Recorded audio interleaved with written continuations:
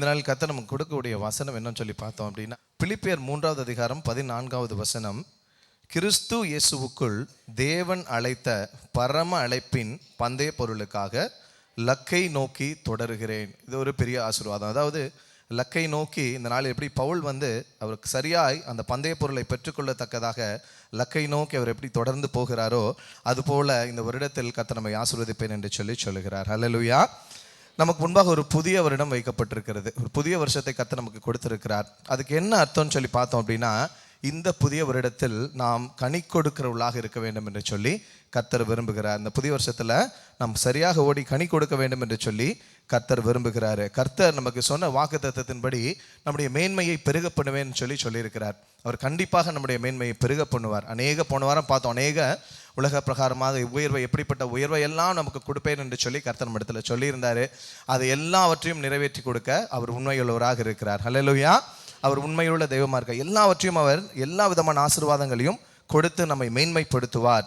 ஆனாலும் அழைக்கப்பட்டவர்களாகிய நம்முடைய மேன்மை என்பது என்னன்னு பார்த்தோம் அப்படின்னா, அவருக்காக வாழ்வது தான். ஹல்லேலூயா. எவ்வளோ உலக பிரகாரமான காரியங்களை ஆசீர்வாதங்களை பெற்றுக்கொண்டு இருந்தாலும் நமக்கு மேன்மை என்னன்னு சொல்லி பார்த்தோம் அப்படின்னா, கர்த்தருக்காக வாழ்வது அது ஒரு பெரிய ஒரு மேன்மையாக இருக்கிறது. இந்த ஒரு இடத்தில் நம்முடைய ஆவிக்குரிய மேன்மை அவர் பெருக பண்ணுவேன் என்று சொல்லுகிறார். ஹல்லேலூயா. எத்தனை பேருக்கு ஆசை ஆவிக்குரிய வாழ்க்கையில நாம் மேன்மை அடைய வேண்டும்? இதற்கு முன்பாக நம்ம என்ன தெரிஞ்சுக்கணும்னா, நம்ம ஆவிக்குரிய நிலைமையில நம்ம எந்த நிலையில நாம் இருக்கிறோம் என்று சொல்லி நாம் முதலாவது புரிந்து கொள்ள வேண்டும். நாம முதலாவது நிற்கிறவர்களாக இருக்கிறோமா, அப்படி இல்லைன்னா தொடருகிறவர்களாக இருக்கிறோமா அப்படிங்கிறத நாம் சிந்திக்கிறவர்களாக இருக்கணும். அதுபோல் ஒருவேளை நாம் தொடர்களாக தான் இருக்கிறோம் என்று சொன்னால், சரியாக லக்கை நோக்கி நாம் தொடருகிறோமா? நமக்கு ஒரு லக்கு கொடுக்கப்பட்டிருக்கிறது, அந்த லக்கை நோக்கி நாம் தொடர்கிறவர்களாய் நாம் காணப்படுகிறோமா என்று சொல்லி நாம் சிந்தித்து பார்க்க வேண்டும் என்று சொல்லி கர்த்தர் விரும்புகிறார். அதாவது நமக்கு பிடித்த திசையில் ஏதோ ஒரு வழியில் நான் ஏதோ ஒன்று செய்கிறேன், நான் இதை செய்கிறேன்னு சொல்லி போகிறது அல்ல. நமக்கு ஒரு லக்கு கொடுக்கப்பட்டிருக்கிறது, நமக்கு ஒரு வழி அமைத்து கொடுக்கப்பட்டிருக்கிறது. கர்த்தர் நமக்கு ஒரு வழியை வைத்திருக்கிறாரு. அந்த வழியில் தான் ஒரு பொக்கிஷத்தை வச்சிருக்கிறாரு. அந்த பந்தய பொருளுக்காக லக்கை நோக்கி பவுல் ஓடுகிறான்னு சொன்னதை போல, அந்த லக்கை நோக்கி நாம் ஓடும் பொழுது தான் அது நமக்கு ஆசீர்வாதமாக இருக்கும். அதுதான் தேவனுடைய ராஜ்யத்துக்கும் பிரயோஜனம் உள்ளதாக இருக்கும். ஏன்னு சொன்ன அப்படின்னா, பவுல் சொல்றாரு, எவ்வளையோ ஊழியத்தை கர்த்தருக்காக செய்திருக்கிறார் இல்லையா? நிறைய பாடுகளை அனுபவித்து கர்த்தருக்காக தன் ஜீவனை கொடுத்தார். தன் வாழ்க்கை முழுவதுமாக அர்ப்பணித்து அவர் எதை பற்றியும் பொருட்படுத்தாமல் தன்னுடைய சொந்த ஜீவனை கொடுக்க கூட தயாராக நிலையில ஊழியம் செய்த பவுல் ஒரு வார்த்தையை சொல்றார். 3:12 அதை அப்படியே வாசிங்களேன்.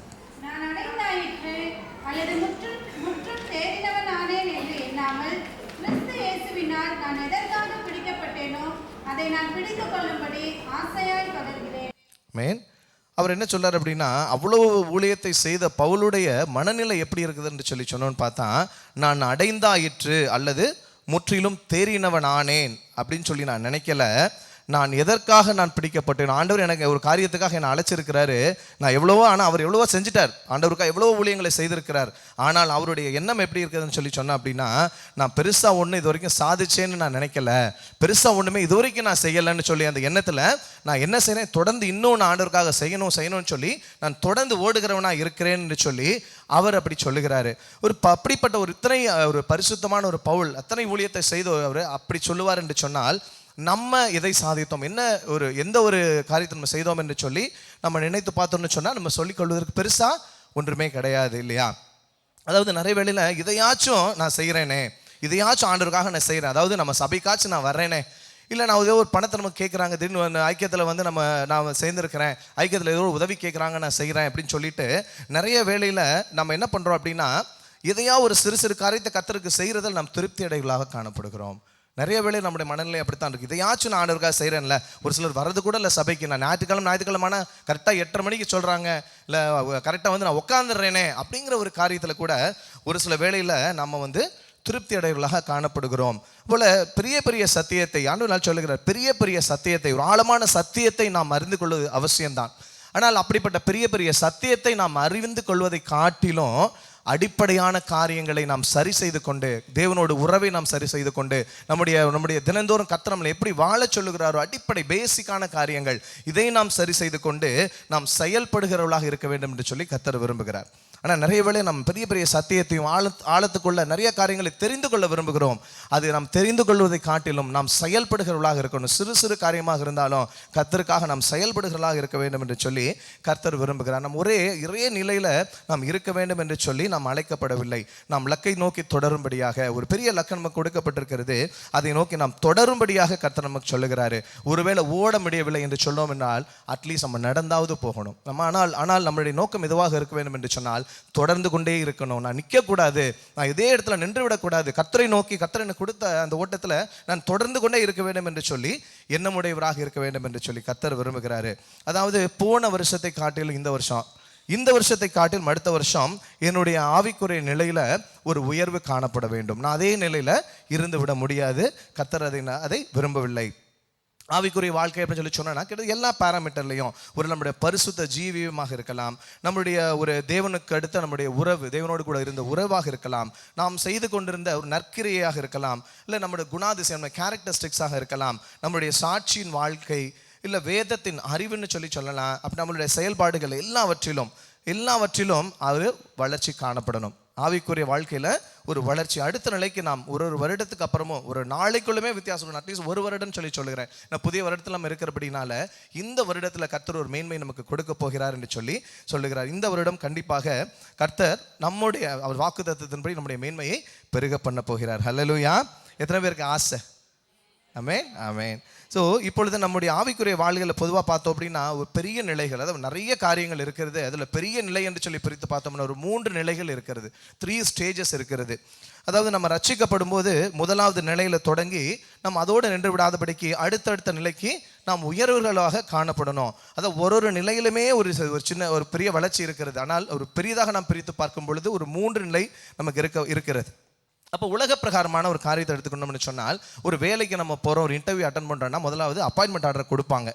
ஒருவேளை அது ஒரு முதல் நிலையாக எடுத்துக்கணும் என்று சொன்னால் அடுத்து ஒரு ட்ரைனிங் பீரியட் இருக்கும் இல்லையா?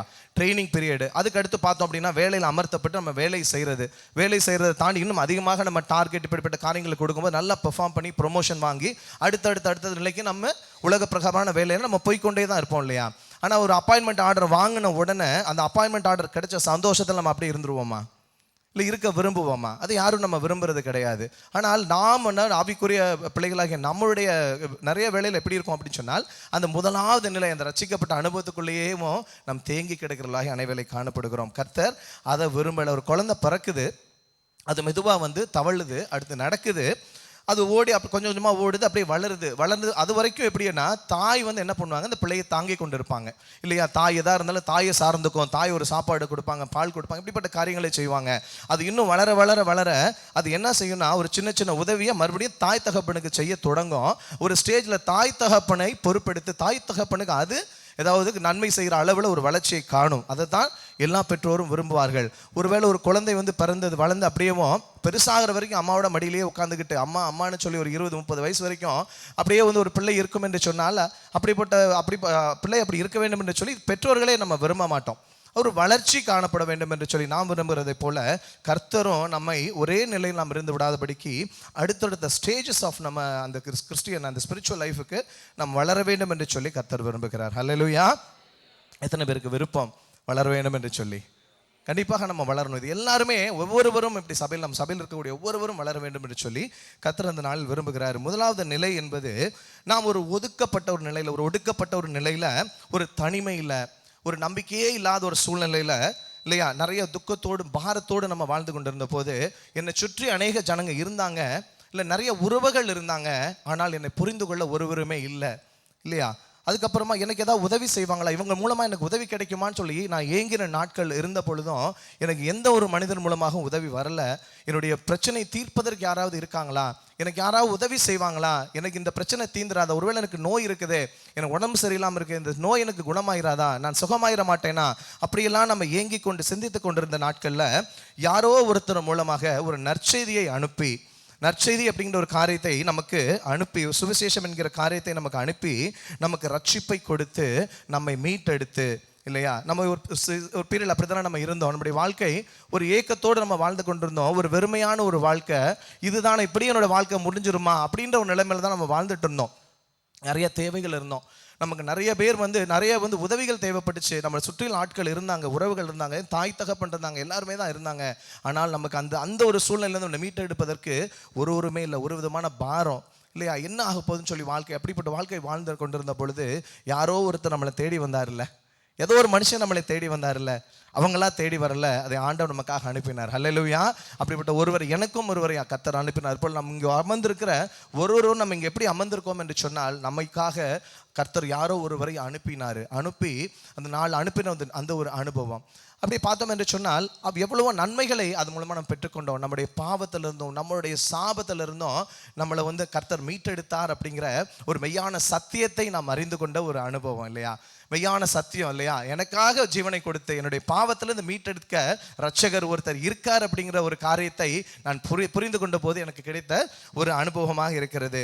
ஒருவேளை அப்படிப்பட்ட அனுபவத்தை இங்கே அமர்ந்திருக்கிற யாராவது இந்த ரட்சிப்பின் அனுபவத்தை ஒருவேளை பெறாதவர்கள் இங்கு இருப்பீர்கள் என்று சொன்னால், நான் கர்த்தரிடத்தில் நான் ஜெபிக்கிறேன், தயவு செய்து அப்படிப்பட்ட ஒரு அனுபவத்துக்குள்ளாய் நாம் கடந்து வர வேண்டும் என்று சொல்லி நான் கர்த்தரை ஜெபிக்கிறேன்னா, நம்ம ஒப்பு கொடுக்கணும்.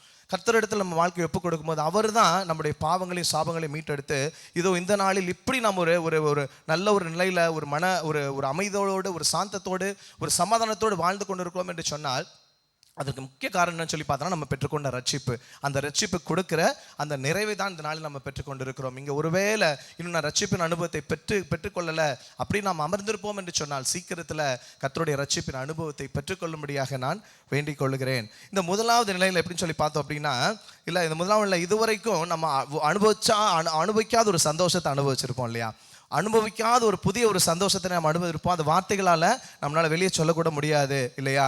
அது ஒரு பயங்கர ஒரு இன்பமான ஒரு அனுபவமாக இருக்கும். கர்த்தரோட உறவில் அப்படி நினச்சி பாருங்களேன், ரட்சிக்கப்பட்ட நாட்கள் நினச்சி பாருங்களேன், நான் சொல்றது புரியும். ஒரு இன்பமான ஒரு அனுபவம், அவரோடு கூட நேரம் செலவிடுறது, அவரோடு கூட உறவில் நிற்கக்கூடிய ஒரு அனுபவம். இதை தான் ஆண்டவர் சொல்லுவார், ஆதியில் இருந்த அன்புன்னு சொல்லுவார்.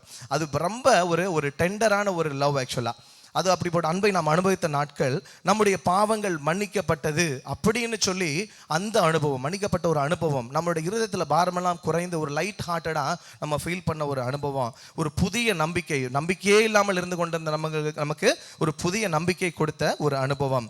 அதுபோல் வேதத்தை அந்த நாட்கள்லாம் பார்த்தோம் அப்படின்னா, ஆசையாக நம்ம வாஞ்சையோடு வாசித்த, அதை தியானித்த நாட்கள், அந்த ஒரு அனுபவம். அதுபோல் தினந்தோறும் அவரை தேடக்கூடிய, ஒரு நாள் கூட மிஸ் பண்ண மாட்டோம், தினந்தோறும் ஆண்டோட சமூகத்தில் போய் அமரணும். அதுபோல் ஏதோ ஒரு ஜெபம், ஏதோ ஒரு காரியம் என்று சொல்லி சொன்னாங்க அப்படின்னா, முதலாவது அமரக்கூடிய ஒரு அனுபவம், அந்த ஆரம்ப நாட்கள். அதே போல் புதிய வெளிப்பாடுகளை, ஒரு சின்ன விஷயத்தெல்லாம் ஆண்டவர் அழகா நம்ம பைபிளை ரீட் பண்ணும்போது குட்டி குட்டியாக ஒரு சின்ன விஷயத்தை வெளிப்படுத்தும் போது நமக்கு ஏதோ ஒரு புதுசாக ஒரு அனுபவம் கிடைக்கும் இல்லையா? அப்போ நான் ஆண்டவர் என்கிட்ட பேசுகிறாரு, இப்படிப்பட்ட விஷயத்தெல்லாம் சொல்லுறாரு அப்படின்னு சொல்லி நம்ம பெற்றுக்கொண்ட ஒரு அனுபவம் இல்லையா? அதாவது அதை காட்டிலும் என்ன புரிஞ்சுக்கவும், இந்த உலகத்தில் ஒருத்தர் இருக்கிறாரு, எனக்காகவும் ஒருத்தர் இருக்கிறாரு அப்படின்னு சொல்லி அந்த ஒரு அனுபவம், மிகப்பெரிய ஒரு அனுபவம். அப்படிப்பட்ட அனுபவத்தை பெற்றுக்கொண்ட நாட்கள் இல்லை, அது அப்படியே இருந்திருந்தா நல்லா இருந்திருக்கும் இல்லையா? அந்த அனுபவம் அப்படியே நமக்கு இப்பயும் இருந்தால் ரொம்ப நல்லா இருக்கும்னு தான் தோணும், இப்போ நினச்சி பார்த்தாலும் கூட. அதாவது இப்போ இந்த ஸ்டேஜில் பார்த்தோம் அப்படின்னா, முதலாவது ஸ்டேஜில் கர்த்தர் நம்மை ஒரு குழந்தையை போல நடத்துவார். ஒரு சின்ன குழந்தை எப்படி அப்படியே கையில் தூக்கி அப்படியே நடத்துவாங்களோ அது போல தான் நடத்துவாங்க. சும்மா இந்த ஸ்டேஜ் 1ல் கர்த்தர் நம்மை குழந்தையை போல் நடத்துவார். நிறைய விஷயத்தை அந்த நாட்களில் குட்டியாக அழகழகாக என்ன செய்வார், நிறைய வெளிப்பாடுகளை கொடுத்து நம்ம கற்றுக் கொடுத்து கொண்டே இருப்பார். ஏனென்று சொன்னால், நம்ம நிறையா அந்த அப்படிப்பட்ட காரியங்களை கற்றுக்கொள்ள மிக மிக விருப்பமுள்ளவர்களாக இருப்போம். நம்ம அதிக விரும்புவோம், நிறைய விஷயத்தை கற்றுக்கணும், இயேசுவை பற்றி நான் நிறைய தெரிஞ்சுக்கணும், இவ்வளோதான் எனக்கு தெரியுது, இதை தெரிஞ்சுக்கணும், அதை தெரிஞ்சுக்கணும்னு சொல்லி நிறைய காரியத்தை தெரிஞ்சுக்க நம்ம விரும்புகிறபடினால இயேசுப்பா என்ன பண்ணுவாங்க அப்படின்னா, நிறைய விஷயத்தை நம்ம கற்றுக் கொடுத்து கொண்டே இருப்பார் இல்லையா? இதுதான் இந்த முதலாவது ஸ்டேஜ் தான் என்ன சொல்லுவேன்னா, ஒரு புதிய விசுவாசி அப்படிங்கிற ஒரு ஸ்டேஜ். அல்லேலூயா. புதிய விசுவாசிங்க, கண்டிப்பாக ஒரு சில புதிய விசுவாசிகள் இருப்பீங்க. நான் சொன்ன இந்த காரியத்தை எல்லாம் இப்பொழுது நீங்கள் அனுபவித்து கொண்டிருப்பீங்க. ஆனால் புதிய விசுவாசி அப்படியே புதிய விசுவாசியாகவே இருந்துட முடியுமா? அப்படியே நம்ம புதிய விசுவாசியாகவே இருந்துட்டா நல்லா இருக்குமா? பதில் சொல்லுங்க. நல்லா இருக்காது. சொல்லுங்க. அப்போ அப்படியே நம்ம இருந்துட முடியாது. அடுத்த நிலைக்கு நாம் வரணும். அடுத்த நிலை சொல்லப்படுதுன்னா விசுவாசின்னு சொல்லலாம், இல்லை பழைய விசுவாசின்னு கூட சொல்லலாம் இல்லையா? பழைய விசுவாசின்னு சொல்லலாம். அதுபோல் மூன்றாவது நிலை, அப்படி மூன்றாவது நிலை பற்றி சொல்ல, அது சீஷன் என்று சொல்லப்படுகிற நிலை. இப்போ சகோதரர் நம்ம செல்வகுமார் ஜெபிக்கும் போது கூட சொன்னார். என்ன சொன்னார்னா, ஆசீர்வதிக்கப்படணும், நாங்கள் ஆசீர்வாதமாக இருக்கணும் அப்படின்னு சொல்லி ஜெபிச்சாங்க. ஜெபிக்கும் பொழுதேவும் அது எனக்கு ஒரு உறுதியாக, இப்போ இந்த நாள் வார்த்தைக்கு உறுதியாக நான் எடுத்துக்கொண்டேன். ஏனென்றால் விசுவாசி என்கிற காரியம் என்னன்னா, நாம் ஆசீர்வதிக்கப்பட்ட ஒரு ஸ்டேஜ், நாம் ஆசீர்வதிக்கப்படுகிற ஸ்டேஜ். சீஷன் அப்படிங்கிற ஒரு ஸ்டேஜ் நம்ம மற்றவர்களுக்கு ஆசீர்வாதமாக இருக்கக்கூடிய ஒரு ஸ்டேஜ். விசுவாசி எப்படி இருப்பாங்க அப்படின்னா, நம்மளுடைய ஆவிக்குரிய வாழ்க்கையை பற்றி ஒரு சிந்தனையில், ஒரு கவலையில், ஒரு இதில் போங்க அப்படின்னா, அது அந்த சீஷனுடைய அனுபவம் எப்படி இருக்கும் என்று சொன்னால் மற்றவருடைய ஆவிக்குரிய வாழ்க்கை, மற்றவருடைய காரியம் என்று சொல்லி மற்றவர்களை பற்றி சிந்திக்கக்கூடிய ஒரு நிலையாக இருக்கும். ஆனால் இதில் என்னன்னு சொல்லி பார்த்தோம்னா, நிறைய பேர் பொதுவாக பார்த்தோம் அப்படின்னா அந்த 2வது ஸ்டேஜில் தான் அநேகர் நாம் இருந்து கொண்டு இருக்கிறோம். அந்த 2வது ஸ்டேஜெல்லாம் இருந்து கொண்டு இருக்கிறோம் என்று சொல்வதை காட்டிலும் அந்த 2வது ஸ்டேஜ்லேயே இருக்கத்தான் நாம் விரும்புகிறோம். அந்த ஸ்டேஜ்லேயே நம்ம இருந்து அப்படியே நம்ம போயிடலாம் அப்படின்ற ஒரு மனநிலையில் தான் நம்ம காணப்படுகிறோம். அதுக்காக நான் விசுவாசி ஆகணும்னு நம்ம விரும்பலையா அப்படின்னு சொல்லி கேட்டால் அப்படி சொல்ல மாட்டேன். கண்டிப்பாக நம்ம எல்லாருக்கும் விசுவாசி அதாவது நம்ம சீஷனாக மாறணும் அப்படிங்கிற ஒரு ஆசை இருக்கத்தான் செய்யுது. ஆனாலும் அதற்காக நம்ம பிரயாசப்படுகிறது இல்லை. நம்ம அந்த 2nd ஸ்டேஜ்லேயே ஒரு கம்ஃபர்ட்டை நம்ம காண்கிறவர்களாக இருக்கிறோம். எபிரேயர் 5:12 யாராவது வாசிக்கலாமா?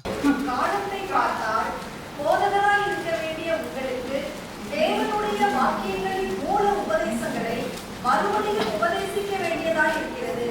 நீங்கள் பலமான ஆகாரத்தை அல்ல, பாலை உண்ணுகிறவர்கள் ஆனீர்கள். ஆமென். இப்படிதான் பவுல் சொல்றாரு பாத்தீங்களா? எபிரேயருக்கு எழுதின நிருபத்தில் இப்படி சொல்லுகிறாரு. காலத்தை பார்த்தாலும் நீங்கள் ரட்சிக்கப்பட்டு எத்தனையோ வருஷம் ஆச்சு, இத்தனை வருஷமா ஆண்டவருடைய சத்தியத்தையும் காரியங்களையும் நம்ம கேட்டுக்கொண்டிருக்கிறோம், அத்தனை போதனைகளை நம்ம கேட்டுக்கொண்டிருக்கிறோம். ஆனால் நம்மளோட எக்ஸ்பீரியன்ஸ் நம்ம என்ன பண்ணணுமா, மற்றவர்களுக்கு போதிக்கக்கூடிய ஒரு நிலைக்கு உயர்ந்திருக்க வேண்டிய நாம எப்படி இருக்கிறோமா, இன்னும் பாலை சாப்பிடுகிறவளா இருக்கிறோம். பாலை யார் சாப்பிடுவா? யார் பால் குடிப்பா? குழந்தை இருக்கும். அதை குழந்தை தான் பாலை குடிக்கும். அப்போ இன்னும் ஒரு குழந்தை போன்ற அனுபவத்தில் இன்னும் இருக்கிறீங்க. இன்னும் அடுத்த கட்டத்தில் நீங்கள் மாமிசத்தை சாப்பிடக்கூட நிலைக்கு நம்ம இன்னும் உயரலை அப்படின்னு சொல்லி சொல்லுகிறாரு. ஏன்னா இந்த 2nd ஸ்டேஜில் எப்படி நம்மளுடைய லைஃப் இருக்குன்னு சொல்லி சொன்னா, அதாவது அந்த விசுவாசி என்கிறவர்கள் எப்படி இருப்பாங்கன்னா, எதையாவது தேவனுக்கு செய்கிறோமே, அதாவது எதையாச்சும் நம்ம ஆண்டவருக்காக செய்கிறோமே அப்படிங்கிறதுல ஒரு திருப்தி நம்ம இருதயத்தில் வந்துடும் இல்லையா? அந்த உணர்வு, அதாவது நான் ஏதோ ஃபார் எக்ஸாம்பிள் நான் ஏற்கனவே சொன்னது போல் பணம் ஏதாவது உதவி தேவைப்படுத்தா நம்ம கொடுத்துருவோம் இல்லையா? ஏதாவது ஒரு ஜபத்துக்கு நம்ம கூப்பிட்டாங்களா, அந்த டயத்தில் ஏதாவது ஃப்ரீ பண்ண முடிஞ்சால் நம்ம வருவோம். இப்படிப்பட்ட காரியங்களை சின்ன சின்ன காரியங்கள் சொன்னது போல் சண்டே வருவோம், வாரம் தவறாமல் வந்துடுவோம். இப்படிப்பட்ட காரியங்கள் நம்ம செய்கிறதுனாலேயே ஒரு கம்ஃபர்ட்டுக்குள்ளே நம்ம திருப்தியாகி விடுகிறோம் இல்லையா? அதுவே நமக்கு திருப்தியை கொடுக்குதுப்பா. மற்றவங்க ஒரு சில பேர்ல பாரு, எங்கள் சொந்தக்காரங்கள்லாம் சபைக்கே போகிறதில்ல, வாரத்துக்கு ஒரு நாள் தான் போகிறாங்க, வருஷத்துக்கு 2 வாட்டி தான் போகிறாங்க, ஆனால் நம்ம சபைக்காச்சும் போகிறோமே அப்படிங்கிற ஒரு திருப்தி. அப்படி ஒரு திருப்தியோடு நாம் இருக்கிறோம் என்று சொன்னால் அந்த திருப்தியானது சீஷன் அப்படின்ற அடுத்த நிலைக்கு நம்மை கண்டிப்பாக எடுத்து செல்லாது. நாள் கர்த்தர் நம்மை பார்த்து சொல்லுகிறாரு, இந்த ஒரு நிலையில நாம் திருப்தி அடையவே கூடாது. நம்ம ஏதோ ஒரு கர்த்தருக்காக செய்கிறது தேவைதான், செய்கிறது குறையாக நான் சொல்லவில்லை. கண்டிப்பாக செய்யணும், கர்த்தருக்காக நம்ம செய்யணும், கொடுக்கணும், ஜெபிக்கணும், அப்படிப்பட்ட ஏதோ ஐக்கியத்தில் நம்ம இருக்கணுங்கிறது கண்டிப்பாக தேவை. ஆனால் அது மட்டும் போதாது என்று சொல்லி கர்த்தர் சொல்லுகிறார். அதனால நம்ம திருப்தி அடைஞ்சிடக்கூடாது. இது போதும் ஆண்டவருக்காக செய்கிறேனே அப்படின்னு சொல்லி நான் திருப்தி அடைகிறவனாக நான் காணப்படக்கூடாது. ஏன்னா விசுவாசி அப்படிங்கிறவன் எப்படி இருக்கான்னு சொன்னால் ஏதாவது ஒரு காரணத்துக்காக தனக்காகவே பிஸியாக இருக்கிறவளாய் காணப்படுகிறான். ஒரு விசுவாசியோட வாழ்க்கை ஆண்டவருக்குள்ள இருப்பாங்க, ஆண்டவருக்காக செய்வாங்க, அவ்வப்போது வருவாங்க, அழைத்தோன்னா நேரம் இருந்தால் வருவாங்க, இல்லைன்னு வராமல் போக மாட்டாங்க. அவங்களும் ஆவிக்குரிய வாழ்க்கையில் ஆண்டவருக்குள்ள தான் இருக்கிறாங்க. ஆனால் அந்த விசுவாசி எப்படி இருப்பாங்கன்னு சொல்லி சொன்னால் எப்போதுமே பிஸியாக இருப்பாங்க, தனக்காக பிஸியாகவே. ஏதாவது ஒரு காரணம், நம்ம கூப்பிடும் பொழுதெல்லாம் ஏதோ ஒரு காரணம் நமக்கு இருக்கும். நான் அங்கே இருக்கிறேன், இங்கே இருக்கேன், வேலை இருக்குது, இப்படின்னு சொல்லி இப்படி ஒரு தனக்குத்தானே பிஸியாக வாழக்கூடியவர்களாக இருப்பாங்க. ஆனால் ஆவிக்குரிய வாழ்க்கை வாழ்ந்து கொண்டு இருப்பார்கள். ஆனால் சீஷன் என்ற நிலைக்கு உயர்ந்த ஒரு கிறிஸ்தவனுடைய வாழ்க்கை எப்படி இருக்குன்னு சொன்னால் அந்த ஓனர்ஷிப் அவங்க கையில் எடுத்தவங்களா இருப்பாங்க. ஹல்லேலூயா.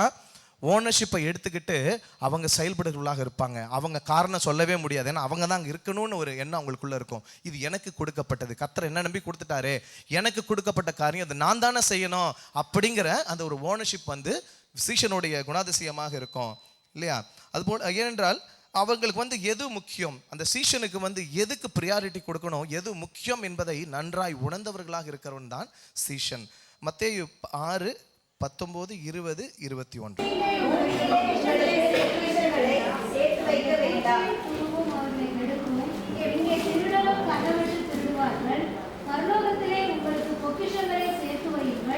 அங்கே பூச்சியாவது துருவாவது கெடுக்கிறதும் இல்லை, அங்கே திருடர் கண்ணவிட்டு திருடுகிறதும் இல்லை. உங்கள் பொக்கிஷம் எங்கே இருக்கிறதோ அங்கே உங்கள் இருதயமும் இருக்கும். அப்போ விசுவாசனுடைய இதெல்லாம் எங்கே இருக்கும்னா தன்னை சுற்றி தன்னுடைய காரியங்களை சுற்றியே அவருடைய மனநிலை ஏன் இருக்குதுன்னு சொல்லி சொன்னால் அந்த நம் பொக்கிஷத்தை எங்கு சேர்த்து வைக்கிறோம் என்று சொன்னால் உலகத்தில் சேர்த்து வைக்கிறவர்களாக காணப்படுகிறோம்.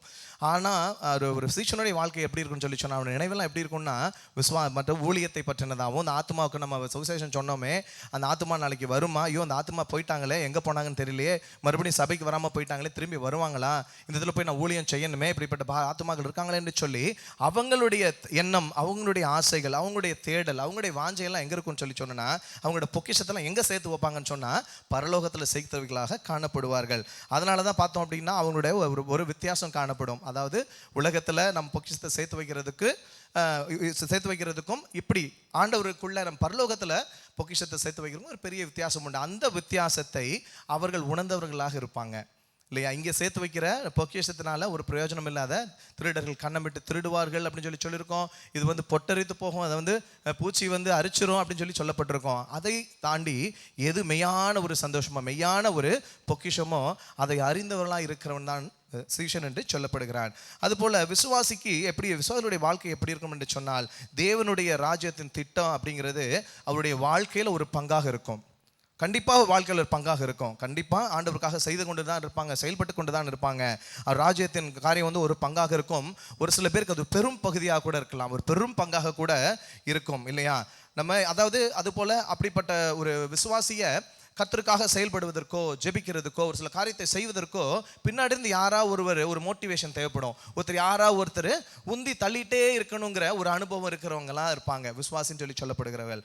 ஆனால் சீஷனுடைய வாழ்க்கை எப்படி இருக்குன்னா, தேவனுடைய ராஜ்யத்தின் திட்டம் தான் தன்னுடைய திட்டமாக இருக்கும். ஹல்லேலூயா! தன்னுடைய திட்டத்தை எல்லாம் அதுக்குள்ளாக மையமாக வைத்துக்கொண்டு வாழ்கிறவன் தான் சீஷன் இல்லையா? ஃபார் எக்ஸாம்பிள், ஒரு வேலை ஏதோ ஒன்று இருக்குது அப்படின்னா, ஏதோ ஊருக்கு போகணும், அப்படி பிரச்சனை இருக்குதுன்னு சொன்னேன்னா, ஒரு ஊருக்கு போகணும், ஏதோ ஒரு தேவை இருக்குது, நான் ட்ராவல் பண்ணணும், ஒரு 2 நாள் இருக்க முடியாதுன்னு ஒரு சூழ்நிலை வருது அப்படின்னா, ஊழியம் இருக்குதுன்னா சீஷன் எப்படி பிளான் பண்ணோம் அப்படின்னா, அந்த ஊழியத்தின் நாட்களை பார்த்துட்டு முதல்ல கேலண்டர் அன்னைக்கு ஊழியம் இருக்குதா, இந்த நாள் ஏதாவது காரியம் நான் கர்த்தருக்காக செயல்பட வேண்டிய வேலை இருக்குதான்னு சொல்லி பார்த்துட்டு அதுக்கேற்றா போல் அந்த டேட்டை பிளான் பண்ணுவாங்க. ஆனால் ஒரு விசுவாசியாக இருக்கிறவங்க எப்படி இருப்பாங்கன்னு சொல்லி பார்த்தோம் அப்படின்னா, எனக்கு ஒரு வேலை இருக்குது, இன்னைக்கு ஞாயிற்றுக்கிழமையாக இருந்தால் கூட எப்படி இருக்கும்னு சொல்லி பார்த்தோம்னா, விசுவாசி சரி இந்த வாரம் பரவாயில்ல, அடுத்த வாரம் நம்ம போயிட்டு ஆண்டவருக்காக ஏதாவது ஒன்று செஞ்சிருவோம், அதுக்கு காம்பன்சேட் பண்ணிடுவோன்ற ஒரு எண்ணத்தில் என்ன பண்ணுவோம் அப்படின்னா, அந்த திட்டத்தை முதலாவது வைத்துக்கொண்டு கர்த்தருடைய காரியங்கள் அடுத்த ப்ரியாரிட்டியில் இருக்கும். இது நம்ம லைஃப்பில் நம்ம ஒத்து பார்த்தாலே நமக்கு நம்மளுடைய லைஃப்பில் நம்மளால அழகாக வந்து ஒத்து பார்க்க முடியும். அதுபோல் ஆண்டவர், அதாவது வேதத்தை தியானிக்கிறதும், ஜெபிக்கிறது, ஆண்டவரோட நேரத்தை செலவிடுகிறது, இதெல்லாம் பார்த்தீங்கன்னா சீஷருக்கு ஒரு இன்பமான ஒரு அனுபவமாக இருக்கும் இல்லையா? அதுக்காக யாரும் நீ ஜெபி, நீ வந்து வேதத்தை தியானி, ஜெபத்துக்கு வாழ்னு சொல்லி அழைக்கக்கூடிய நிலை இல்லாத ஒரு வாழ்க்கை வந்து சீஷனுடைய வாழ்க்கையாக இருக்கும். ஹல்லேலூயா! கர்த்தர் தான் பிரதானமாக இருப்பார். 1000மோ 1,00,000மோ கோடியோ எதுவாக இருந்தாலும் சீஷனுடைய பிரதானம் எதுவாக இருக்கும்? கர்த்தர், தேவனுடைய ராஜ்யம், கர்த்தரோடு தான் அவனுக்கு பிரதானமாக இருப்பார். அதாவது பவுல் பார்த்தீங்க அப்படின்னா, பவுலுடைய கண்கள் திறக்கப்பட்ட பொழுது அவர் என்ன புரிந்து கொண்டார் அப்படின்னா, உலகத்தில் இருக்க காரியம், இந்த சொத்து பத்து இதெல்லாம் குப்பையுமாகவும் அதை தூசியாகவும் எண்ணுகிறேன்னு சொல்லி சொன்னார் இல்லையா? உலகத்துக்கு அடுத்தவங்கலாம் குப்பையும் தூசியுமா. அவர் என்ன சொல்கிறாங்க, பெரிய கோடீஸ்வரன் சொல்கிறாங்க. ஒரு 1000கணக்கான கோடிகளுக்கு அதிபதி அவள் இன்னைக்கு இருந்தாருன்னா அவ்வளோ பணம் அவருக்கு இருந்திருக்கும், பெரிய அறிவாளி ஞானி என்று சொல்கிறாங்க. ஆனால் அவள் கண்கள் திறக்கப்பட்ட பொழுது அது வரைக்கும் எதோ செய்து கொண்டிருந்தார். அதுக்கப்புறமா தான் உணர்ந்தார், இதெல்லாம் ஒன்றுமே இல்லை, இதெல்லாம் தூசி, இதெல்லாம் குப்பை என்று சொல்லி அவர் உணர்ந்து கொள்ளுகிறார் இல்லையா? அப்படிப்பட்ட ஒரு அனுபவம் வந்து சீஷனுடைய அனுபவமாக இருக்கும். ஹல்லேலூயா! ஹல்லேலூயா! நமக்கு அப்படிப்பட்ட அனுபவம் இருக்கா அப்படிங்கிறத நம்ம ஒத்து பார்த்துக்கிட்டே வரணும். அதுக்கு தான் கர்த்தர் பேசி கொண்டு இருக்கிறாரு. அதுபோல் விசுவாசிய வாழ்க்கையில் பாடுகளை எடுத்துக்கொண்டோம் என்று சொன்னால், விசுவாசியினுடைய பாடுகள் விசுவாசியை பற்றினதாகவே இருக்கும். ஹல்லேலூயா! அநேக வேளையில் பாருங்களேன், நம்மளுடைய பாடுகள், என்னுடைய பிரச்சனையோ, எனக்கு இந்த பிரச்சனை இருக்கே, இந்த சொத்து பிரச்சனை எனக்கு தீரலையே, என்னுடைய நோய் இருக்கே, இது எனக்கு சரியாகவே மாட்டேங்குது, என் பொண்ணுக்கு மாப்பிள்ளை தேடுறேனே, அது கிடைக்க மாட்டேங்குதே, ஒரே பாடம். நம்ம ஜபமும், நம்மளுடைய அதாவது நம்ம ஜபமும், நம்முடைய உபவாசமும், நம்மளுடைய தேவைகள் எல்லாம் நம்ம இது ஒரு பெரிய பாடாக இருக்கும், நமக்கு பெரிய பாடாக இருக்கும். அது நம்மை சோர்வுக்கு உட்படுத்து, கர்த்தருக்காக செயல்பட முடியாதபடிக்கு நம்மை சுற்றியே நம்மை சிந்திக்க வைத்து, ஆனால் என்னென்னா கர்த்தருக்குள்ள தான் அப்படின்லாம் சிந்திக்கும். அதை விசுவாசியும் கர்த்தருக்குள்ள தான் இருப்போம்.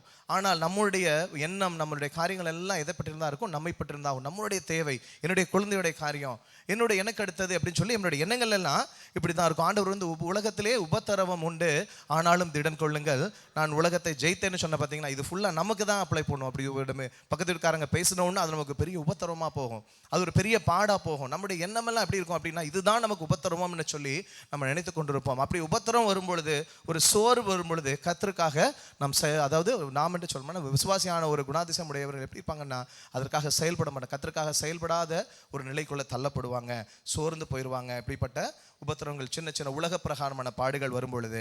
ஆனால் சீஷனாக இருக்கிறவனும் அவனுடைய வாழ்க்கை எப்படி இருக்கும் என்று சொன்னால், ஒரு நாள் உலக பிரகாரமான உபத்திரவத்துக்காக, ஒரு நோய் இருந்தால் கூட, ஒரு பலவீனம் இருந்தால் கூட, ஒரு சில முக்கியமான காரியங்கள் இருந்தால் கூட அதையெல்லாம் விட்டு விட்டு ஆண்டவருக்காக செய்யலை. ஒருவேளை செயல்பட முடியலைன்னா ஆண்டவருக்காக செய்யலையேங்கிற ஒரு பாரம் தான் அவனுக்கு இருக்கும்.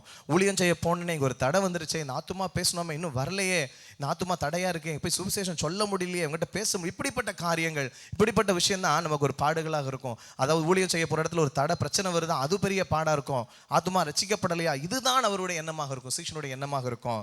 இல்லை நம்ம ஒரு சில பரிசுத்தவான்களுடைய வாழ்க்கையை பார்த்தால் இதை நம்ம கற்றுக்கொள்ள முடியும்.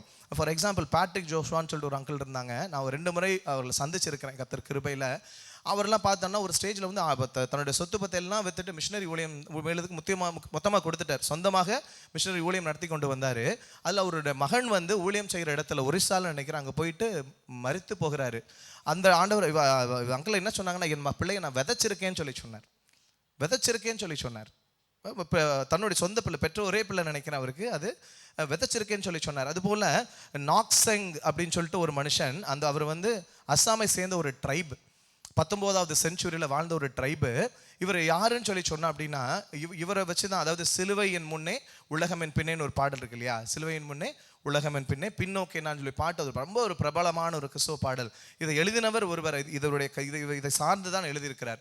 இவர் எப்படின்னா, இவர் ஒரு கிராமத்தில் இருக்கிறார், ஆண்டவர் மொத்த குடும்பமாக ஏற்றுக்கொள்கிறாரு. இந்த மொத்த குடும்பத்திலையும் ஒரு ஆய் கொலை செய்கிறாங்க. இவருக்கு முன்னாடி நீ வந்து மறுதலி, இயேசுவை மறுதலின்னு சொல்லி சொல்லும் பொழுது நினைச்சு பாருங்க, ஒரு பிள்ளையும் மனைவியும் அப்படியே கொலை செய்கிறாங்க. கடைசியில் அவரும் கொல்லப்படுகிறாரு. ஆனால் கடைசி வரைக்கும் அவர் மறுதளிக்கலை. இதுதான் அவர்களை பொறுத்த வரைக்கும் பாடுன்னு சொன்னால் தேவனுடைய ராஜ்யத்துக்கு அடுத்த காரியங்கள் தான் சீஷனுடைய வாழ்க்கையில் பாடுகளாக காணப்படுகிறது. இன்னும் ஒரு நேற்று நாங்கள் காலையில் ஜபிக்கும் பொழுது தாமஸ் பிரதர் சொன்ன ஒரு காரியம், லூக்காஸ் சேகர் நினைக்கிறேன், அவரை பற்றி சொன்னார். அவர் ஒரு ஊழியக்காரர், நாவடி பகுதியில் ஊழியம் செய்து கொண்டிருக்க. அவரால் சரியாக நடக்க முடியாதாமா. அவருடைய மகன், ஒரே ஒரு பிள்ளை, மகன் மரிச்சு போயிடுறாரு, சனிக்கிழமை மரிச்சு போயிடுறாரு. அதுக்காக போயிட்டு பணத்தை கொடுத்து அந்த ஒரு பாடியை வாங்குறதுக்கு அவருக்கு சூழ்நிலை இல்லை. அடுத்த நாள் ஞாயிற்றுக்கிழமை சபை இருக்குது, சபையில் வந்து ஆத்துமாக்கள் இருக்கிறாங்க. பிள்ளையை அப்படியே விட்டு அந்த பிள்ளையுடைய உடலை அப்படியே விட்டு அப்படியே வந்து சபைக்கு போகிறார், கர்த்தருக்காக ஊழியம் செய்கிறார். திங்கக்கிழமை போயிட்டு அந்த உடலை போய் பெற்றுக்கொள்கிறார். இது பாடா? இதுதான் உண்மையான பாடு. சீஷனுக்கு இதுதான் பாடு. ஆனால் நம்ம விசுவாசியோட நிலையில் இருந்தோம் என்று சொன்னால் நம்முடைய காரியம் நமக்கு பெரிதாகும். நம்ம அதிகமான ஜெபம் நமக்காக, நம்ம எப்போ பார்த்தாலும் நம்ம தலை வந்து கால் வலிக்குது, தலை வலிக்குது, என்னோட பிரச்சனை இருக்குன்னு சொல்லி யாராவது ஒரு ஊழியக்காரங்க வந்துட்டா நம்ம தலையை கொடுத்து நம்முடைய காரியங்களுக்காக ஜெபிக்கலாக இருக்கிறவன் விசுவாசி. கர்த்தர் விசுவாசியாக நம்ம இருக்க வேண்டும் என்று சொல்லி விரும்பலை. அடுத்த நிலைக்கு நம்மை உயர்த்த கர்த்தர் விருப்பப்படுகிறார். ஹல்லேலூயா. அதுபோல் விசுவாசி எப்படி இருப்பாங்கன்னு சொல்லி சொன்னால், கர்த்தருக்காக ஏதோ ஒரு காரியத்தை செய்துட்டோம் என்று சொன்னால் செய்வாங்க, செயல்பட்டு கொண்டே இருப்பாங்க, அவங்க நிற்க மாட்டாங்க, ஏதோ ஒரு காரியம் செய்து கொண்டிருப்பாங்க. செய்தோம் என்று சொன்னால் ஒரு அங்கீகாரத்தை விரும்புகிறவர்களாக இருப்பான். அங்கீகாரம், ஒரு பாராட்டு, எப்படிப்பட்ட காரியங்களை விரும்புகிறவர்களாக காணப்படுகிறவன் தான் விசுவாசி. என்னை கூப்பிட்டு ஏதாவது 2 வார்த்தை சொல்லிட மாட்டாங்களா, 2 வார்த்தை பாராட்டிட மாட்டாங்களா, இதை நான் செஞ்சிருக்கேனே அப்படி சொல்லிட்டு பாராட்டை ஒருவேளை நாம் விரும்புகிறவர்களாக இருக்கோம் என்று சொன்னால் இன்னும் நாம் விசுவாசி அப்படிங்கிற ஒரு நிலையில தான் நாம் வாழ்ந்து கொண்டிருக்கிறோம். அதாவது ஏனென்றால் பாராட்டு அப்படின்ற ஒரு விஷயத்தை வந்து நம்ம ப்ரியாரிட்டி கொடுக்க ஆரம்பித்தோம் அப்படின்னா நம்ம சோர்ந்து போய் விடுவோம். ஆனால் அதாவது சீஷனுடைய வாழ்க்கை எப்படி இருக்கும் என்று சொன்னால், மனிதனுடைய முகத்தை பார்க்கவே மாட்டான். மனிதன் என்ன சொல்கிறான், மனிதன்கிட்ட இருந்து அப்ரிசியேஷன் வருதான்னு பார்க்காம கர்த்தருடைய மன விருப்பங்களை உணர்ந்து கொண்டு அவருடைய சித்தத்தை மாத்திரம் நான் செய்கிறேன், அவருடைய சித்தத்தை நான் செய்யணும், அவ்வளோதான், அவரை நான் பிரியப்படுத்தணும், கர்த்தரை நான் பிரியப்படுத்தணுன்ற எண்ணத்தோட தன்னை தாழ்த்தி ஊழியம் செய்து கொண்டிருக்கிறது தான் சீஷன். ஹல்லேலூயா. மனிதனுடைய முகத்துக்காகவோ அவருடைய பாராட்டுக்காகவோ எதிர்பார்க்காம கர்த்தரிடத்திலிருந்து அது காரியம் வர வேண்டும் என்று சொல்லி விரும்புகிறவன் தான் ஒரு சீஷனாக இருக்கிறான். கொலோசையர் 3:23-24 வாசிங்க.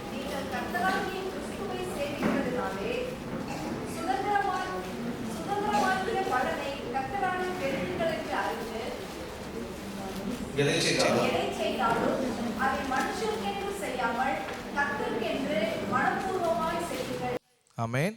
என்ன சொல்கிறாங்கன்னா, நம்ம கர்த்தராகிய இயேசு கிறிஸ்துவை சேவிக்கிறதுனால என்ன கிடைக்குமா, அந்த சுதந்திரமாகிய பலன் யார் கொடுப்பாங்களா, கர்த்தராலே பெறுவோம் என்று சொல்லி அவர் சொல்லுகிறார். எந்த மனுஷராலையும் அந்த பலன் நம்ம கண்டிப்பாக பெற முடியாது. என்றால் நம்ம செய்கிறது தேவனுடைய ராஜ்யத்துக்கு காரியம், அவர் தான் அந்த பலனை கொடுப்பார். எதை செய்தாலும் நம்ம என்ன பண்ணணுமா, மனுஷருக்குன்னு செய்யக்கூடாதான், கர்த்தருக்கென்றே என்ன பண்ணணுமா, மனப்பூர்வமாக செய்ய வேண்டும் என்று சொல்லி சொல்லுகிறார். அப்போ மனப்பூர்வம்னா நிறைய பேர் நம்மள அநேகர் பாராட்டையும் ஒரு அங்கீகாரத்தையும் எதிர்பார்க்கிறவர்களாக நாம் காணப்படுகிறோம். பாராட்டு இயல்பானதாக தோணும். ஒரு விஷயம் சொன்னால் பாராட்டக்கூடாதா, 2 வார்த்தை சொன்னால் என்ன, இந்த 2 வார்த்தை என்ன பலப்படுத்துமே, கண்டிப்பாக பாராட்டா பாராட்டை எதிர்பார்த்து நம்ம செயலாக இருக்கக்கூடாது. 2 பேர் பாராட்டாங்கன்னா சந்தோஷம் சொல்லிட்டு போயிடணுமே தவிர, நம்ம செஞ்சுட்டோமே நம்மளுக்கு அங்கீகாரம் கிடைக்கலையே, இப்படி நான் ஊழியம் கடந்து நான் செய்கிறேனே, இத்தனை ஆத்துமாக்களை நான் சபைக்கு கூட்டு வந்தேனே, இத்தனை பேருக்காக நான் போராடிட்டு இருக்கிறேனே, இவ்வளோ ஜெபிக்கிறேனே, நான் போயிட்டு இவ்வளோ காரியத்தை செய்கிறேனே, ஒருவேளை பாஸ்டமாக இருக்காங்கன்னு சொல்லி சொன்னால் வச்சுக்கலாம். ஃபார் எக்ஸாம்பிள் சொல்கிறேன் நான், ஒருவேளை நம்ம பாஸ்டமா கூட்டு 2 வார்த்தை நம்ம சொல்லலாமே, நம்மளை பெருமையாக 2 வார்த்தை சொன்னால் நல்லா இருக்குமே, ஒரு என்கரேஜ்மெண்ட்டும் கிடையாது, நான் ஓடிக்கொண்டே இருக்கிறேன், எனக்கு சப்போர்ட்டே இல்லையே அப்படின்னு சொல்லி செய்து கொண்டிருக்கோம்னு சொன்னால் பாராட்டினா ஏற்றுக்கொள்ளலாம், தப்பு கிடையாது. ஆனால் பாராட்டை எதிர்பார்த்து நம்ம செய்து கொண்டே எதுன்னு சொன்னால், ஒருவேளை பாராட்ட ஆள் இல்லை அப்படின்னா நம்ம சோர்ந்து போயிடுவோம். ஹல்லேலூயா. நம்ம சோர்ந்து போய்விடுவோம். ஒரு விசுவாசுடைய நிலை இப்படித்தான் இருக்கிறது. ஆனால் ஒரு சீஷன் எப்படி இருக்கான்னு சொல்லி சொன்னால், எந்த பாராட்டையும் எதிர்பார்க்கல, எந்த காரியத்தையும் செய்யலை. அவர் சொன்னால் பார்த்தீங்களா, அப்படியே வந்து லக்கை நோக்கி, ஆண்டவர் வச்சிருக்க லக்கை நோக்கி அவங்க பேசாமல் போயிட்டே இருப்பாங்க, எதையும் எதிர்பார்க்கறது கிடையாது. என்னுடைய வாழ்க்கையிலும் இதை நான் அனுபவிச்சிருக்கேன். நான் கூட நான் ஆரம்பத்தில் ரசிக்கப்பட்ட புதுசில் ஆரம்பத்தில் வரும்பொழுதுலாம் எனக்கு வந்து நம்ம ஒரு சில காரியத்தை செய்யும்போது வீட்டில் ஒய்ஃப்ட்ட கூட நான் ஒரு சின்ன அப்ரிசியேஷன் இன்னும் நல்லா இருக்குமே அப்படி இல்லை, நான் அதை என்னோட கேரக்டர் அப்படி முன்னாடி இருந்தே அப்படி தான். ஏன்னா எப்பவுமே எனக்கு பெருசாக ஒரு அங்கீகாரம் கிடைக்காது. நான் என்னென்னமோ செய்வேன், ஆனால் ஒரு தேங்க்ஸ் கூட சொல்ல மாட்டாங்க. அந்த மாதிரி ஒரு நேச்சர் எனக்கு கடவுள் எனக்கு அதை தான் வச்சிருக்காரு. ஸோ அப்படி சொல்லும்போது சமயத்தில் நான் வருத்தப்பட்ட நாட்கள்லாம் உண்டு. அப்புறமா அந்த ஆண்டவர் உணர்த்தினார், இப்போ பாராட்டு அப்படிங்கிறது கிடச்சிச்சுன்னா நம்ம திருப்தி ஆகிட்டு அப்படியே ஒரு தேக்க நிலைக்குள்ள போயிடுவோம். ஆனால் கர்த்தருக்காக அதெல்லாம் தூக்கி ஓரமாக வச்சுட்டு, பாராட்டெல்லாம் 2வது தூக்கி ஓரமாக வச்சுட்டு கர்த்தருக்காக ஓட வேண்டும் என்று சொல்லி முடிவெடுத்து நம்ம ஓடிக்கொண்டே இருந்தோம் என்று சொன்னால், கர்த்தருக்காக ஒரு நல்ல ஒரு சீஷனாக நம்மளால் வாழ முடியும். அதனால் அதுபோல் தொடர்ந்து நம்ம பார்த்தோம் என்று சொன்னால், நம்முடைய பரிசுத்த வாழ்க்கை, அதாவது சீசனுடைய விசுவாசியுடைய பரிசுத்த வாழ்க்கையை எடுத்துக்கொண்டோம் என்று சொன்னால், விசுவாசியுடைய பரிசுத்த வாழ்க்கையினுடைய அளவுகோல், எல்லாத்துக்குமே ஒரு நம்ம அளவுகோல் வச்சுருப்போம்ல, ஒரு பேராமீட்டர் நம்ம வச்சுருப்போம். அது அளவுகோல் எது இருக்குன்னு பார்த்தோம்னா, பக்கத்தில் இருக்க சீஷனாக இருக்கும். அவங்களுடைய வாழ்க்கையை ஒத்து பார்த்தே நம்ம சாட்டிஸ்ஃபை ஆயிடுவோம். அவங்க இப்படிலாம் இருக்கிறாங்கப்பா, நம்ம நல்லா இருக்கிறோம், நம்மளுடைய ஆவிக்குரிய வாழ்க்கை அவங்கள விட ஒரு பரிசுத்தமாக தான் நம்ம இருக்கிறோம், இப்படி பேசுகிறாங்களே, நம்ம பேசலையே, இந்த அளவுக்கு நம்முடைய மனநிலை இருக்கும், பக்கத்தில் இருக்கிறவங்களை ஒத்து பார்த்ததாக இருக்கும். இல்லை என்று சொன்னால் நம்முடைய பழைய வாழ்க்கை, நம்ம இதுக்கு முன்னாடி நம்ம எப்படி இருந்தோமோ அதை காட்டிலும் நான் நல்லா இருக்கிறேன் அப்படின்னு ஒரு திருப்தி அடையக்கூடிய ஒரு நிலையில் தான் அவனோட பரிசுத்த வாழ்க்கை காணப்படும். ஆனால் சீஷனுடைய ஒரு பேராமீட்டர் வந்து அவன் எதோடு ஒப்பிட்டு பார்ப்பான்னு சொன்னால், ஆண்டவரோடு ஒப்பிட்டு பார்ப்பான். ஹல்லேலூயா. இயேசு எப்படி வாழ்ந்தார், இயேசு எவ்வளோ பரிசுத்தமாக இருந்தார், ஆனால் அப்படி அவன் நினைக்கிறனால அவனால் திருப்தியாகவே முடியாது, பரிசுத்தம் முடியவே முடியாது. இன்னும் பரிசுத்தமாகணும். நம்ம சகோதரர் ஆராதனை கூட சொன்னார், பரிசுத்தவான் இன்னும் பரிசுத்தமாகட்டும் அப்படின்னு சொல்லி சொன்னார் இல்லையா. அப்போ வந்து பரிசுத்தமான அதே நிலையில் இருந்து நம்ம சாட்டிஸ்ஃபை ஆகிறத காட்டிலும் அது ஒரு சீஷனுடைய நிலைக்கு உயர்ந்து கர்த்தரோடு நம்ம இணைத்து பார்க்கணும். கர்த்தர் எப்படிப்பட்டவர், ஆண்டவருடைய குணாசை எப்படிப்பட்டது, ஏன்னா அவரை போல் இருக்கும்படியாக நம்மளை அழைத்தார், இன்னொரு மனுஷனை போல இருக்கும்படியாக அழைக்கலை. ஆண்டவர் நம்மளுக்கு வைத்திருக்கிற ஒரு டார்கெட் வந்து இயேசு, அவரை போல நான் இருக்கிறேன்னு சொல்லி அவரோடு ஒத்து பார்த்து அவன் தொடர்ந்து ஓடிக்கொண்டே இருக்கிறவனாக காணப்படுவான். இதுக்கு நல்ல எக்ஸாம்பிள் சொன்னோன்னா, அந்த பரிசேயன் ஆயக்காரனை பற்றி நம்ம பார்ப்போம் இல்லையா. பரிசேயன் என்ன சொல்லுவான், இவனை விட நான் நல்லா இருக்கேன், அவனை விட நான் பெட்டராக தானே இருக்கேன், என் வாழ்க்கை நல்லா தானே இருக்குன்னு சொல்லி அவன் ஜெபிப்பான். அதே வேளை ஆயக்காரன் எப்படின்னா, கண்களை ஏறிட்டு அவரை பார்க்கக்கூட துணிவில்லாதவனாக ஒரு தாழ்மையோடு அவன் என்ன பண்ணுவான், தன்னை தாழ்த்தி ஆண்டு முன்னாடி ஜெபிப்பான். இதுதான் சீஷனுடைய ஒரு குணாதிசயமாக காணப்படுகிறது. என்ன தாழ்மை அவனிடத்துல இன்னும் அப்படியே தொடர்ந்து பார்த்தோம்னா இல்லை தாழ்மை காணப்படுகிறதா இருக்கிறது. தாழ்மை அப்படிங்கிறது கர்த்தர் நம்ம கிட்ட ரொம்ப ரொம்ப ரொம்ப முக்கியமாக எதிர்பார்க்குற ஒரு குணாதிசயம். தாழ்மையோடு இருக்க வேண்டும் என்று சொல்லி கர்த்தர் நம்மளை விரும்புகிறாரு இல்லையா. அதை ஒரு தாழ்மையோடு நம்ம வாழணும் அப்படின்னா நம்ம நினச்சிக்கிட்டு இருக்கோம். நிறைய பேர் நம்மளுடைய என்ன நினச்சிக்கோ, நான் தாழ்மையாக தான் இருக்கிறேன், என்ன தாழ்மையாக அமைதியாக பேசுகிறேன், தாழ்மையாக தான் இருக்கிறேன் அப்படின்னு சொல்லி நம்ம நினச்சி கொண்டு இருக்கிறோம். ஆனால் நம்ம ஒரு டீட்டெயில் அது எனக்கு நேரம் இல்லை. ஆண்டவர் ஒரு நாள் எனக்கு ஒரு மெசேஜில் வந்து வெளிப்படுத்தினார், இவ்வளோ காரியங்களை சொன்னார். ஒருத்தனை பார்த்து முறைச்சி பார்த்தோன்னா கூட அது தாழ்மை இல்லை அப்படின்னு சொல்லி ஆண்டவர் உணர்த்தினார். நீ தாழ்மையாக இல்லை அப்படின்னு சொல்லி சொன்னார் ஒரு இடத்துல. அப்போ வந்துட்டு இப்போ தாழ்மையாக இருக்கிறோம் என்று சொன்னால், தாழ்மையாக அவ்வளோ சர்வசாதாரணமாக நம்ம தாழ்மையாக நம்மளாவே இருந்து விட முடியாது. தாழ்மையோடு நாம் வாழ வேண்டும் என்று சொன்னால் கர்த்தரோடு சஞ்சரிக்கிறவர்களாக காணப்படணும். ஏன்னால் தேவனுடைய குணாதிசயம் கர்த்தரோடு சஞ்சரிக்கக்கூடிய ஒருவனுக்கு தான், அதிகமாக நேரம் செலவிடக்கூடிய ஒருவனுக்கு தான் வந்து அந்த தாழ்மையோடு கூட வாழ முடியும். அதான் சொல்கிறாரு, நான் வந்து மெய்யான திராட்சை செடி, என்னோடு சேர்ந்து இருக்கிறவன் என்ன பண்ணுவான், கனிகளை கொடுப்பான். இதுவும் கூட தாழ்மை என்பது கூட ஒரு விதமான ஒரு கனி தான், ஒரு ஆவிக்குரிய கனி தான். அது ஏனென்றால் தாழ்மையை குறித்து ஆண்டவர் வந்து இயேசு கிறிஸ்து வந்து அதான் சொல்லியிருப்பார். ரொம்ப டவுனாக போயிட்டு ரொம்ப இறங்கி போய் தன் சீஷருடைய கால்களை கழுவி அந்த தாழ்மையை வெளிப்படுத்தியிருப்பார். ஏன் அந்த அளவுக்கு போய் இயேசப்பா சொல்லணும் அப்படின்னா, ஏன்னு சொன்னால் பிதா வந்து சொல்கிறார், என்ன சொல்கிறார் அப்படின்னா, பிதா என்ன பண்ணுவாராம், தாழ்மையுள்ளவனுக்கு கிருபை அளிக்கிறாராம்.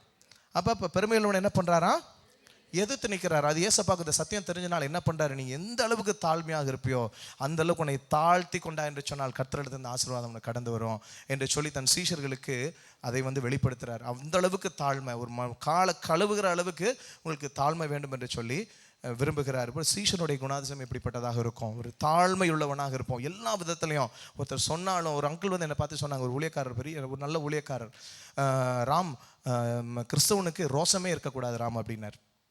வேதம் அதை தான் சொல்லுது. நம்ம எப்படின்னா மறிச்சிட்டோமா, நம்ம உடம்பு மறிச்சு போன ஒரு உடலை வச்சுக்கிட்டு அந்த அடித்தா அந்த உடலை என்ன பண்ணோம், திருப்பி வந்து யாருக்கூடயும் சண்டை போடாது, கோபப்படாது, திட்டப்படாது, அந்த நிலையில் இருக்கணும் இருந்துச்சு. அந்த அளவுக்கு ஒரு தாழ்மை, அந்த அளவுக்கு எதிர்த்து பேசாமல் அவ்வளவு தாழ்மையாக இருக்க வேண்டும் சொல்லி வேதம் சொல்லுது. ஸோ அப்படிப்பட்ட குணாதிசயத்தை உடையவன் தான் சீஷனாக இருக்கிறான். அப்படி தாழ்மை இல்லை என்று சொல்லுவோம் என்று சொன்னால் நம்ம வந்து தாழ்மையோடு வாழ்வதற்கு நம்ம உயர்த்துக்கொள்ள வேண்டும் என்று சொல்லி கர்த்தர் விரும்புகிறாரு. அப்படியே மத்தேயு 11வது அதிகாரத்தை எடுத்துக்கொள்ளுங்க, 28, 29. வருத்தப்பட்டு பாரம் சுமக்கிறவர்களே, நீங்கள் எல்லாரும் என்னிடத்தில் வாருங்கள், நான் உங்களுக்கு இளைப்பாறுதல் தருவேன். நான் சாந்தமும் மனத்தாழ்மையுமாய் இருக்கிறேன். என் நுகத்தை உங்கள் மேல் ஏற்றிக்கொண்டு என்னிடத்தில் கற்றுக்கொள்ளுங்கள், அப்பொழுது உங்கள் ஆத்துமாக்களுக்கு இளைப்பாறுதல் கிடைக்கும். என் நுகம் மெதுவாயும் என் சுமை லகுவாயும் இருக்கும். ஆமென். இந்த வசனத்தின்படி பார்த்தோம் அப்படின்னா விசுவாசி என்ன பண்ணுறோம், ஒரு விசுவாசியாக நம்ம என்ன பண்ணுறோம், அப்படியே நம்ம பாரத்தோடு வரோம், பிரச்சனைகளோடு ஒரு சூழ்நிலை வந்து தான் நம்ம ரசிக்கப்படுறோம். அப்படியே நம்ம என்ன பண்ணிடுறோம் அப்படின்னா நம்முடைய பாரத்தெல்லாம் ஆண்டவர் சொன்ன வார்த்தையின்படி அவர் மேலே வைக்கிறவர்களாய் நம்ம காணப்படுகிறோம். ஆனால் சீஷன் எப்படின்னா அதோடு நின்று விடுகிறான். அதாவது இப்போ விசுவாசி வந்து பாரத்தை கர்த்தர் மேலே வைக்கிறதோடு நின்று விடுகிறான். ஆனால் சீஷனுடைய குணாதிசை உடையவன் என்ன பண்ணுறான்னா அவருடைய அடுத்த வசனம் சொல்கிறார் பார்த்தீங்களா, வந்து என்னிடத்தில் நுகத்தை வந்து சுமந்துக்கோங்க, அது என்னிடத்துலேருந்து கற்றுக்கொள்ளுங்கன்னு சொல்லி சொல்கிறார். அடுத்த ஸ்டேஜ் என்ன அப்படின்னா அவருக்காக வாட, அதாவது அவருடைய சிலுவையை நாம் சுமக்க வேண்டிய, அதாவது ஒரு அந்த நுகத்தை நாம் சுமக்கக்கூடிய ஒரு ஸ்டேஜுக்கு நெக்ஸ்ட் லெவலுக்கு போகக்கூடியவன் தான் சீஷன் ஆகிறான். நுகம் என்று சொன்னோம் என்று சொன்னால் அவருடைய பெரிய பாரம் என்னன்னா, அதாவது அவருடைய வழியே எப்படின்னா ஒரு சிலுவையின் வழியை தான் அவர் வைத்திருந்தார். அதை உணர்ந்து கொண்டு அதை பின்பற்றுகிறவனாக இருப்பான். இயேசுவோடு கூட சிலுவையை சுமந்து அதை பின்பற்றுகிறவனாக அவன் காணப்படுவான். அதை காட்டிலும் அவருடைய நுகம், அவருடைய பாரம் மெதுவாக இருக்குது, லகுவாக இருக்குன்னு சொல்லி சொன்னார் இல்லையா, அவருடைய பாரம் வேறு எதுவுமே கிடையாது, ஆத்துமாக்களை பற்றின ஒரு பாரம். இப்படி சீஷனானவனுடைய வாழ்க்கை எப்படி இருக்கும் என்று சொன்னால் ஆத்துமாக்களுக்காக பரிதபிக்கிறவர்களாக, இந்த ஆத்துமா அழிஞ்சு போயிருது, இந்த ஆத்துமா அப்படி ஒரு மனுஷனாவே பார்க்க மாட்டாங்க. இல்லை, நான் அந்த அர்த்தத்தில் சொல்லலை, மனுஷனை வந்து ஆத்துமாவாக பார்ப்பாங்க. மாமியார் பேசுகிறாங்களே, சண்டை போகிறாங்களே, மாமியார் ஒரு ஆத்துமா. வெளியே போகிறோமே, பக்கத்தில் இருக்காங்க எல்லாத்துக்குமே முறுக்கிட்டு வராங்களே, சண்டை போட வராங்களே, அவங்க ஒரு ஆத்துமா. அப்போது விசுவாசிக்கு அவர் ஒரு மனிதனாக நம்ம பார்க்குற ஒரு நிலை இருக்கும். ஆனால் சீஷனுடைய மனநிலை எப்படி இருக்கும் என்று சொன்னால் அதுவும் ஒரு ஆத்துமா. ஆண்டவர் பட்சபாதம் பார்க்காதவர், அந்த ஆத்துமாவும் ஆண்டவருக்கு வேணும். அல்லேலூயா. அவருடைய பாரமெல்லாம், சீஷனுடைய பாரமெல்லாம் கர்த்தருடைய பாரமாக இருக்கும். அவர் கர்த்தருடைய பாரத்தை சுமக்கக்கூடியவர்களாக, ஆண்டவரே உங்களுடைய நுகத்தை எனக்கு தாங்க ஆண்டவரே என்று சொல்லி கேட்டு சுமக்கக்கூடிய நிலைதான் விசுவாசியுடைய நிலையாக இருக்கும். அதுபோல் விசுவாசியுடைய வாழ்க்கை, பரிசுத்த வாழ்க்கையை பார்த்தோம் என்று சொன்னால் பாவத்தில் விழுந்து எழக்கூடிய ஒரு நிலையில் தான் இருப்பாங்க. அடிக்கடி விழுந்து எழக்கூடிய நிலையாக இருக்கும். அது விழுந்து எழுகிறது தவறு நான் சொல்ல வரல. ஆனால் எப்படி இருக்கும் நான் மனநிலை, ஒரு சிலருடைய மனநிலை அப்படியே மாறிடும். விழுந்து எழலாம் ஆண்டவர் வந்து என்னை புரிஞ்சுக்கிடுவார், அந்த நிலையில் இருப்பாங்க. விசுவாசோட மனநிலை, நான் பாவத்தில் விழுந்துட்டேன், ஆனால் ஏசப்பா என்னை புரிஞ்சுக்குவார், என்னை வந்து இந்த வாட்டி விட்டுருவார், என்ன மனுஷன் இதே இது. அதாவது விழுந்து எழும்புறது தவறு கிடையாது, விழுந்து எழும்பிக்கொண்டே இருக்கிறது அது கண்டிப்பாக ஆண்டவர் ஏற்றுக்கொள்வாரான்னு எனக்கு தெரியலை. நான் அதுபோக இன்னும் என்ன பண்ணுமென்று சொன்னால் பாவத்தை செய்துவிட்டு ஒரு காரியத்தை செய்துவிட்டு அதுக்கு ஒரு ஜஸ்டிஃபிகேஷன் கொடுக்குற மனநிலை இருக்கும். இதனால தானே நான் செஞ்சேன், அப்போ புரிஞ்சுக்கிறார் ஏசப்பா, இவங்க அப்படி சொன்னனால, இவங்க சொல்லலைன்னா நான் அந்த தவறை செஞ்சிருக்க மாட்டேனே, அப்படி ஒரு எண்ணம் இருக்கும். ஆனால் சீஷன் வந்து பாவத்தை குறித்து மிக கவனமுள்ளவர்களாக இருப்பான். ஏன்னு சொன்னால் எதெல்லாம் ஆண்டவரை துக்கப்படுத்துகிறதோ அதையெல்லாம் விரும்ப மாட்டாங்க. ஏன்னா ஏன்னு சொன்னால் அவங்களுக்கு தெரியும் பாவம் உள்ள ஒரு மனிதனோடு கூட தேவன் சஞ்சரிக்க மாட்டார். தினந்தோறும் சீஷன் ஆண்டவரோடு உறவில் இருக்க விரும்புகிறனா இருக்கிறபடினால நான் பாவத்தோடு இப்படியே மரித்து பண்ணல இருந்தேன் என்று சொன்னால், திருப்பி பாவத்தை செய்து நான் வாழ்ந்து கொண்டே இருப்பேன் என்று சொன்னால் ஆண்டவருடைய உறவு ஒரு நிலைத்திருக்காது, என்னோடு கூட நிலைத்திருக்காது, ஆண்டவரோடு கூட சஞ்சரிக்க என்னால் முடியாது. நிறைய ஒரு வெளிப்பாடுகளையோ நிறைய காரியங்களை ஆண்டவத்தை நான் கற்றுக்கொள்ள முடியாது, பெற்றுக்கொள்ள முடியாது, ஒரு உறவை நான் இழந்து விடுவேன் அப்படின்னு ஒரு எண்ணமுடையவராக சீஷன் காணப்படுவார். ஒருவேளை சோதனை வரும், சோதனை வராமல் இருக்காது, ஒப்போது சிறு சோதனை வந்தாலும் கூட உடனே கர்த்தரோடு ஒப்புரவாயிட்டு அதனால் கர்த்தரை விட்டு தூரம் போகாதபடி கர்த்தரோடு ஒப்புரவாகக்கூடிய ஒரு வாழ்க்கை வாழ்கிறவங்க காணப்படுவாங்க. அதுபோல் இன்னும் ஒரு கடைசியாக ஒரே ஒரு காரியத்தை நம்ம பார்ப்போம். அதாவது இயேசு கிறிஸ்துவுல முக்கியமான ஒரு குணம் என்னன்னு பார்த்தோம் அப்படின்னா மன்னிக்கிற குணம் இல்லையா. மன்னிக்கிறதன் அந்த மன்னிப்பினால் தான் நம்ம நாள் அமர்ந்து கொண்டிருக்கிறோம். இது சீஷன் இடத்துல காணப்படும். இல்லையா? ஒரு மன்னிக்கிற குணமுடையவராக சீஷர் இருப்பார். ஏனென்று சொன்னால் இயேசு கிறிஸ்து தன்னை கொலை செய்தவனே மன்னித்தார் இல்லையா? தன்னை விழாவில் குத்துறவனுக்காக மன்னிச்சுட்டு அவனுக்காக ஜெபிச்சுட்டு தான் ஆண்டவர் வந்து போனார். இன்னும் பரிசுத்தவான்களை பார்த்தோம் என்று சொன்னால் அந்த கிரஹாம் ஸ்ட்ரெயின்ஸுடைய மனைவியை எடுத்துக்கொள்ளுங்களேன். தன்னுடைய குடும்பத்தை கண்ணுக்கு முன்பாக குடும்பம் எரித்து, பிள்ளைகளும் கணவனும் எரிக்கப்பட்டு அவங்க வந்து அழிக்கப்படுகிறாங்க. ஆனால் அவங்களை கூப்பிட்டு கேட்ட பொழுது அவங்க என்ன சொன்னாங்கன்னா, இவர்களை நான் மன்னிக்கிறேன்னு சொல்லி சொன்னாங்க. அல்லேலூயா. இதுதான் ஒரு சீஷனுடைய குணாதிசயமாக இருக்கும் இல்லையா? அந்த அளவுக்கு ஒரு மன்னிக்கக்கூடியவர்களாக அவங்க காணப்படுவாங்க. ஆனால் நாம அனைவர்கள் எப்படி இருக்கோம்னு சொன்னால், ஒரு சின்ன ஒரு காரியம் அது பெருசாக ஒன்றுமே இருக்காது, எந்த விதத்தில் நம்மளை பாதிக்காது, நம்ம ஈகோவை தூண்டிடும், ஒரு சில சின்ன விஷயமாக இருக்கும். ஆனால் அந்த விஷயத்தை கூட ஒருத்தர் ஏதாவது நம்ம செஞ்சுட்டாங்க அப்படிங்கிற அவங்களை மன்னிக்க முடியாத ஒரு மனநிலையோடு நம்ம வாழ்ந்து கொண்டு இருக்கிறோம். அப்படி ஒருவேளை மன்னிக்க முடியாத நிலையில் இருப்போம் என்று சொன்னால், விசுவாசி அப்படின்னு சொல்லி அழைக்கக்கூடியது கூட நம்ம தகுதி உள்ளவர்களா என்பதை நாம் சிந்தித்து பார்க்கணும். நம்ம மன்னிக்க வேண்டியதுக்கு தேவனுடைய குணாதிசயம். நம்ம ஆண்டவருடைய பிள்ளை என்று சொல்லுவோம் என்று சொன்னால் எல்லாரையும் பெற்ற பிள்ளைகளோ, பக்கத்து வீட்டுக்காரங்களோ, பாஸாக இருக்கலாம், மனைவியாக இருக்கலாம், யாராக இருக்கலாம், உறவுகளாக இருக்கலாம், மாமையாராக இருக்கலாம், இப்படி மருமகளாக இருக்கலாம், அப்படி யாராக வேணாலும் இருக்கலாம், அவர்கள் இடத்துல அவர்கள் நாம் மன்னிக்கிறவர்களாக காணப்பட வேண்டும் என்று சொல்லி கர்த்தர் உணர்த்துகிறாரு. ஏன்னா இப்படியே நம்ம இருந்து விட முடியும். என்னால் ஆண்டவர் நம்ம அடுத்த நிலைக்கு இந்த செகண்ட் ஸ்டேஜ் ஒருவேளை நம்ம விசுவாசி என்ற ஸ்டேஜில் நாம் இருக்கோம் என்று சொன்னால் நம்ம அடுத்த நிலைக்கு நாம் உயர்ந்து விட வேண்டும் என்று சொல்லி கர்த்தர் விரும்புகிறாரு. ஒரு சின்ன ஒரு கதை சொல்கிறேன். ஜப்பானை சேர்ந்த ஒரு சாமுராய் வீரன் ஒருத்தர் இருந்தானா, யூக்கின்னு சொல்லி ஒருத்தர் இருந்திருக்கிறான். அவன் எப்படி இருக்கான்னா, எப்போயும் பார்த்து ஒரு பெரிய ஒரு வீரனாகணும், ஒரு பெரிய வாரியராக ஆகணும்னு சொல்லி எப்போவுமே ஒரு கனவு காண்கிறவனாக, அதுக்காக பயங்கரமாக திட்டம் போடுகிறவனாக, அது கொண்டான அது நிறைய பேட்டில் சம்பந்தமான காரியங்களை புத்தகங்களை வாங்கி படிக்கிறது, பெரிய பெரிய போரை பற்றி படிக்கிறது, நிறைய பேர்கிட்ட அவனுடைய திட்டத்தை பற்றி சொல்கிறதுன்னு சொல்லி ஒரு நாளும் திட்டத்தை பெரிதுபடுத்தி கொண்டே திட்டமிடுகிறவனாக அவன் காணப்பட்டிருக்கான் இல்லையா?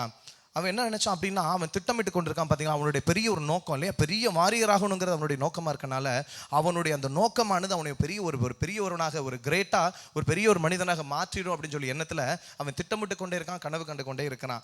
ஆனால் ஒரு வேலை செய்யன்னு சொல்லி வரும்பொழுது அவன் நிறைய இடத்துல எக்ஸ்கியூஸ் கொடுக்க ஆரம்பிக்கிறான். இல்லை இப்போ நான் செய்கிறேன், இல்லை இப்போ கிளைமேட்டு சரியில்லை, இப்போ என் உடம்பு வர வழியாக இருக்குது, ஒரு ப்ராக்டிஸ் பண்ணலாம்னு சொல்லி வரும்பொழுது அவனுடைய எல்லாவற்றையும் என்ன பண்ணுறான் அப்படின்னா எக்ஸ்கியூஸ் சொல்கிறவனாக காணப்படுகிறான். ஆனால் ஒரு புறம் என்ன பண்ணுறான்னா திட்டம் திட்டுகிறவனாக காணப்படுகிறான். அது திட்டம் தீட்டிக் கொண்டே இருக்கும் பொழுது அவன் வந்து அவனுடைய கனவு வந்து பெருசாகுது. ஆனால் வந்து அவனுடைய ஒரு ஸ்கில் எப்படி இருக்குது அப்படின்னா அப்படியே தான் இருக்குது. கனவு மட்டும் பெருசாகிட்டே போகுது. அந்த கனவுலேயே அவன் வாழ ஆரம்பிக்கிறான், கனவுலேயே ஒரு திருப்தி அடைகிறான் இல்லையா? அதுபோல் ஒரு ஸ்டேஜில் வந்துட்டு அவன் வந்து உணரான், என்னடா நம்ம இவ்வளோ தூரம் திட்டமிடுறோமே, இது எந்த விதத்துலையும் நம்ம அந்த கிரேட் அந்த ஒரு பெரிய ஒரு வெற்றிக்கு நேரம் நம்மளை நடத்தலையே, ஒரு பெரியவனாக நம்ம மாற்றலையே அப்படின்னு சொல்லிட்டு அதை நினைச்சு ஒரு ஸ்டேஜில் ஃப்ரஸ்ட்ரேட் ஆக ஆரம்பிக்கிறான். அவனுடைய மனநிலை வந்து ஒரு மாதிரி ஒரு வேதனைக்குள்ளாக்கப்படுற ஒரு நிலைக்குள்ளே அவன் போகிறான் இல்லையா? அதான் இந்த இடத்துல வந்து எப்படி சொல்லப்படுதுன்னு சொன்னால், அதே இதில் இன்னொருத்தன் இருக்கிறான், அவன் பேர் முஷாசின்னு சொல்லிட்டு ஒருத்தர் இருக்கிறான். அவன் என்ன நினைக்கிறான்னு சொல்லி பார்த்தோன்னா, சிறிய காரியங்கள் தினந்தோறும் நம்ம ஒரு ஸ்டெடியாக காரியங்களை நம்ம டெய்லி ப்ராக்டிஸ் பண்ணோம் அப்படின்னா அது நம்ம வெற்றிக்கு நேராக நடத்துன்ற நம்பிக்கையில் வாழக்கூடியவனாக இருக்கிறான் இல்லையா? அதாவது கிரேட்னஸ், அதாவது ஒரு பெரிய ஒரு வல்லமையான ஒரு இடத்துக்கு நம்ம போகிறது என்பது ஒரே நாளில் நடக்கக்கூடிய காரியம் அல்ல. அது தினந்தோறும் செய்யக்கூடிய ஒரு ப்ராக்டிஸு. அதில் தான் ப்ராக்டிஸும் ஒரு பெர்ஃபெக்ஷனும் ஒரு டெடிகேஷனும், டெய்லி நான் ஒரு தாழ்மையோடு தினமும் நான் அதுக்காக முயற்சி செய்தேன்னு சொன்னால் ஒரு நல்ல நிலையை உயர்ந்து விடுவேன் என்று சொல்லி நம்பிக்கையோட அவன் ஓடுகிறவனாக காணப்படுகிறான் இல்லையா? அப்போ வந்து அவன் என்ன சொல்கிறான்னு சொல்லி பார்த்தோம் அப்படின்னா, ஏதாவது ஒரு வேலையை நம்ம செய்ய முடியும், ஒரு ட்ராவல் பண்ண வெளியே நம்ம எங்கேயோ போகணும் அப்படின்னா ஏதாவது நல்ல ஒரு கால சூழ்நிலை வந்து வரணும் அப்படிங்கிறதுக்காக காத்து கொண்டு இருந்தோம் என்று சொன்னால் அந்த வேலையை நம்ம தொடங்கவே முடியாது. ஏன்னா எந்த நல்ல கால சூழ்நிலை அப்படிங்கிறது எப்பயுமே வராது. சூழ்நிலை எப்படி இருக்கிறதோ அதுக்குள்ளே நம்ம வேலையை தொடங்கி அதை ஆரம்பித்தவங்க எப்படின்னா, இவன் அந்த வேலையை தொடங்குறதுக்கு முன்னாடி அந்த வேலையை முடிக்கிறவர்களாக காணப்படுறாங்க. இவன் என்ன பண்ணுறான், நல்ல நேரம் கிடைக்குமா, இப்போ முடியுமா, இப்போ சொல்லலாமா, இப்போ இதை செய்யலாமான்னு சொல்லி இன்னொருத்தன் காணப்படுகிறான். ஆனால் இவனுடைய நம்பிக்கை எப்படி இருந்துச்சு அப்படின்னா, தினந்தோறும் ஏதாவது ஒரு சின்ன காரியத்தை நம்ம செய்ய ஆரம்பிச்சிடணும், தடை இருக்கும், முடியாத சூழ்நிலை இருக்கும், ஆனாலும் நான் செய்யணும் அப்படிங்கிற எண்ணத்தோடு இருந்தான். அப்போ ரெண்டு பேருக்குள்ள வித்தியாசம் என்னன்னா, ஒருத்தன் வந்து வெறும் ஆசைப்பட்டுக்கிட்டு அதனாலேயே ஏதோ ஒரு காரியத்தை சாதிச்ச முடியும்னு சொல்லி நினைச்சான். உண்மையை சொல்லுகிறேன், நீங்க இருக்க எல்லாருக்கும் சரி, என்ன உட்பட அனைவருக்குமே கர்த்தருக்காக பயங்கரமாக செயல்படணும். ஒரு பெரிய ஒரு ஆண்டவருக்காக ஜீவனை கொடுக்கக்கூடிய ஒரு நிலை வந்தாலும் நான் ஜீவனை கொடுக்கணும்னு சொல்லி ஜெபிக்கிறவர்களாக இருக்கிறோம். நிறைய வேளையில் வந்து நம்முடைய மனநிலை அப்படி தான் இருக்குது, எதையாவது நான் ஆண்டவருக்கு செய்யணும் அப்படின்னு சொல்லி ஆசைப்படுகளாக இருக்கணும். ஆசை இல்லாதவர்கள் யாருமே இல்லை. ஆனால் அந்த இதே போல் வெறும் ஆசையை மட்டும் நம்ம வைத்து கொண்டு இருப்போம் என்று சொன்னால் பின்னாட்களில் என்ன ஆகுது அப்படின்னா, அவனுக்கு பின்னாடி வந்த சின்ன பிள்ளைங்க கூட போகிற கற்றுக்கிட்டு இவனை காட்டிலும் எக்ஸ்பர்ட் ஆகிட்டு போயிடுறாங்க. அதை பார்த்து அவன் நொந்து போயிடுறான். என்னடா நம்ம இவ்வளோ தூரம் நம்ம நினச்சோமே, கடைசியில் வந்து நம்மளால் ஒரு சக்ஸஸ்ஃபுல்லாக நம்ம லைஃப்பில் வர முடியலேன்ற ஒரு எண்ணம் அவனுக்கு வந்து வந்துடுது. ஆனால் இவன் என்ன செய்யறான் அப்படின்னா, இவனுடைய பார்வை எப்படி இருக்குன்னு சொன்னா, ஒரு மலைக்கு முன்பாக நின்று அந்த மலையின் உச்சியை நான் முறைச்சு பார்த்துக்கிட்டே இருந்தேன் அப்படின்னா, மலை உச்சிக்கு என்னால் போயிட முடியாது. மலை உச்சியில் ஒருவேளை நான் ஏறணும், மலை உச்சிக்கு நான் கடந்து போகணும், அங்கே ரீச் ஆகணும்னு சொல்லி சொன்னேன் அப்படின்னா, நான் முதலாவது படியை எடுத்து வைக்க வேண்டும் என்று சொல்லி அவன் விரும்புகிறான். அவனுடைய திட்டமாக இருக்கிறது. ஹல்லேலூயா. இப்போ ஸ்டேஜ் 2 விசுவாசி அப்படிங்கிற ஸ்டேஜ் அப்படின்னு சொல்லி பார்த்தோம் அப்படின்னா, ஒரு சமவெளியின் அனுபவம் இல்லையா, ஒரு சமவெளியின் அனுபவமாக இருக்கிறது. அதுபோக அடுத்த சீஷனுடைய அனுபவம் சொல்லி பார்த்தோம் அப்படின்னா, மலை மேல் ஏறக்கூடிய அனுபவமாக இருக்கிறது. ஹல்லேலூயா. ஒரு சமவெளியின் அனுபவமாக இருக்கிறது. இது மலையில் ஏறக்கூடிய ஒரு அனுபவமாக இருக்கிறது. ஆண்டவர் ஒருவேளை இந்த நாளில் நம்ம செகண்ட் ஸ்டேஜில் இருக்கிறோம், இன்னும் நான் ஒரு சமவெளியின் அனுபவத்தில் இருக்கிறேன், கர்த்தருக்காக செய்யணும் ஆசையில் இருக்கிறேன், ஆனால் செயல்படணும்னு ஒருவேளை விரும்புகிறோம் என்று சொன்னால், கர்த்தர் அடுத்த மலை மேல் ஏறக்கூடிய அனுபவத்துக்கு நேராய் நம்மை நடத்த விரும்புகிறார். ஹல்லேலூயா. அதனால தான் ஆனால் அதுக்கு சற்று கடினமாக இருக்கும். மலை மேலே ஏறுற அனுபவம் நம்ம நினைக்கிற மாதிரி ஈஸியாலாம் இருந்துராது. ஆனால் ஆண்டவர் நமக்காக ஏறினாரா? மலையில் போய் நமக்காக ஜெபித்தாரா? மலையில் ஏறி போய் நமக்காக ஜெபித்தாரா? மலையில் சிலுவை, நம்முடைய சிலுவை, நாம் சுமக்க வேண்டிய இந்த பாவச்சல் நமக்காக சுமந்து கொண்டு அதே மலையில் ஏறி நமக்காக பாரத்தோடு தானே சுமந்திருப்பார். லகுவா அவருடைய வாழ்க்கை இருந்திருக்காதுல்ல. நமக்காக பாரத்தோடு சிலுவை சுமந்தார். இந்த நாளிலும் சற்று கடினமாகத்தான் இருக்கும். ஆண்டவருக்காக வாழ்றது, அர்ப்பணித்து வாழ்றது, காலையில் எழும்பி ஜெபிக்கிறது கடினமாக இருக்கும். ஒரு காரியத்தை சொல்லும் பொழுது இது இந்த வேலை இருக்கேன்னு சொல்லி இருக்கும் பொழுது அது கடினமாக இருக்கு. ஆனால் நம்ம பிரயாசப்படணும். ஆண்டவரே, இந்த ஊழியருக்கு நான் வரணும், அப்படிப்பட்ட காரியத்தை நான் செய்யணும், ஆண்டுக்காக செயல்படணும்னு சொல்லிட்டு நம்ம ஒரு சில காரியத்தை விட்டுட்டு தான் வரணும். அது கடினமாக இருக்கட்டும், 4 பேரோட ஏச்சு பேச்சுக்கு ஆளாகும். இப்படிப்பட்ட கடினமான சூழ்நிலைக்கு மத்தியிலையும் நம் கர்த்தரோடு கூட நேரம் செலவிட்டு கர்த்தரிடத்தில் நாம் அர்ப்பணித்தோம் என்று சொல்லுவோம் என்று சொன்னால், கர்த்தர் கண்டிப்பாக அந்த செகண்ட் விசுவாசி அப்படிங்கிற ஒரு ஸ்டேஜில் ஒருவேளை இந்த நாளும் இருப்போம் என்று சொன்னால், சீஷன் என்ற நிலைக்கு நம்மை உயர்த்த அவர் விரும்புகிறார். ஹல்லேலூயா. அவர் உயர்த்தும் பொழுது சும்மா இல்லை, அவர் நமக்காக வைத்திருக்கிற சித்தத்தை வெளிப்படுத்துகிறவர் இருக்கிறார். ஹல்லேலூயா. நமக்கு வைத்திருக்கிற சித்தத்தை வெளிப்படுத்துவார், நமக்கு வைத்திருக்கிற வரங்களை நமக்கு கொடுப்பார். ஹல்லேலூயா. அது 2வது ஸ்டேஜில் நம்ம சாதாரண விசுவாசியாக இருக்கும் பொழுது நம்ம வரங்களையும் அவருடைய காரியங்களையும் அறிந்து கொள்வது மிக அரிதான காரியம். என்னைக்கு நம்ம சீஷன் என்ற நிலைக்கு உயர்ந்து நான் அவைலபிளாக இருக்கிறேனோ, அது ஒருவேளை சுகமளிக்கிற வரமாக இருக்கலாம், ஒருவேளை தீர்க்க தரிசனம் உரைக்கிற வரமாக இருக்கலாம், ஆவியை பகுத்தறியக்கூடிய வரம் என்று சொல்லுகிறாங்க, பிசாசுகளை துரத்தக்கூடிய வரமாக இருக்கலாம். இப்பேற்பட்ட வரத்தை நமக்கு வைத்திருக்காருன்னு இங்கே உட்கார்ந்திருக்க யாருக்குமே தெரியாது. இங்கே இருக்க எல்லாருக்குமே வரத்தை வைத்திருக்கிறார். ஹல்லேலூயா. ஆனால் எப்பொழுது நம்ம அதை பெற்றுக்கொள்ள முடியும் என்று சொன்னால், ஆண்டவருடைய சமூகத்தில் நம்மை தாழ்த்தி, ஆண்டவரை என்னை உயர்த்துங்க, நான் முழுவதுமாக அர்ப்பணிக்கிறேன் என்று சொல்லி ஒரு முழுவதுமான ஒரு அர்ப்பணிப்புக்கு நேராக நம்ம கடந்து செல்வோம் என்று சொன்னால், இப்படிப்பட்ட காரியங்களை வெளிப்படுத்துவார். நினச்சி பாருங்க, ஒருவேளை உங்களுக்குள்ள சுகமாக்கு வரம் இருக்கும் என்று சொன்னால், யாருக்கு தெரியும்? சுகமாக்கக்கூடிய வரம் வைத்திருக்கலாமே ஆண்டவர் உங்களுக்கு. ஆண்டவருடைய சமூகத்தில் வராதனால அந்த வரத்தை நம்ம விரயம் செய்து கொண்டு இருக்கலாமே. ஒரு வேலை பிசாசை துரத்தக்கூடிய வர வச்சிருக்கலாம், பெரிய ஒரு தீர்க்கதரிசியான இங்கே இருக்கலாம். ஆனால் ஆண்டவருடைய சமூகத்துக்கு வராமல் வெளியே நம்ம சுற்றி கொண்டு இருக்கிறதுனால, ஆண்டவருக்கு அர்ப்பணிக்காமல் நம்ம வாழ்ந்து கொண்டு இருக்கனால, அந்த வரம் நமக்கு இருக்குதுன்னே தெரியாமல் கூட போயிடலாம். ஹல்லேலூயா. கர்த்தர் இதை விரும்பவில்லை. நம்ம இடத்துல ஆசீர்வாதங்களை பெற்றுக்கொண்டு மறுபடியும் நான் அதை உறுதிப்படுத்துகிறேன், நம்ம ஆசீர்வாதமாக வைப்பது மாத்திரமல்ல, அது ஆசீர்வாதமாக இருப்பது மாத்திரமல்ல, மற்றவர்களுக்கு நாம் ஆசீர்வாதம் இருக்க ஆண்டவர் விரும்புகிறாரு இல்லையா. ஆண்டவர் இதை இன்னும் சொல்ல போனோம் அப்படின்னா, அநேக காரியங்களுக்காக கர்த்தர் நம்மை நம்பி இருக்கிறார். அவர் நம்மைத்தான் நம்பி இருக்கிறார். நம்ம கொஞ்சம் விட்டு கொடுப்போம் என்று சொன்னால், இல்லை கொஞ்சம் நம்ம விட்டு கொடுத்து ஆண்டவருக்காக கொஞ்சம் ஒரு சரீர காரியங்களை கொஞ்சம் விட்டு கொடுத்து நாம் செயல்படுவோம் என்று சொன்னால், இந்த ஒரு இடத்துல அவர் சொன்னது போல நம்முடைய ஆவிக்குரிய வாழ்வின் மகிமையை அவர் கண்டிப்பாக இந்த ஒரு இடத்துல அவர் பெருக பண்ணுவார். ஹல்லேலூயா. ஹல்லேலூயா. ஏதோ கண்களை மூடி நாம் ஜெபிக்கலாம். கண்களை மூடி.